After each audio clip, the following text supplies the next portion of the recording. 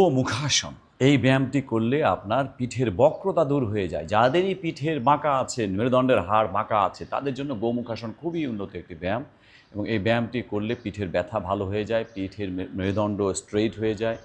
আপনার বয়স হয়ে গেলেও দেখা যাবে যে পিঠের ভিতরে কোনো বক্রতা নাই। অর্থাৎ আপনার যদি ১০০ বছর, ১২০ বছর আয়ু আল্লাহ দেন, ততদিনও আপনার মেরুদণ্ড থাকবে স্ট্রেইট, সোজা। এবং এটি ফ্রোজেন শোল্ডারের জন্য খুবই ভালো ব্যায়াম, বা ফ্রোজেন শোল্ডার হতে পারে না, শোল্ডার জয়েন্ট ফ্রি হয়ে যায়, ঘাড়ের ব্যথা দূর হয়ে যায়।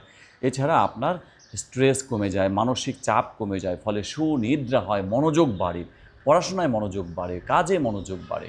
এই ব্যায়ামটি করলে আপনার আরও কিছু উপকার আছে, যেটা হচ্ছে বুক প্রসারিত হয়, বুক সুন্দর হয়, ফুসফুসের অক্সিজেন গ্রহণ ক্ষমতা বাড়ে, হার্টের জন্য খুব ভালো ব্যায়াম, হার্টের কোনো ব্লকেজ হতে পারে না।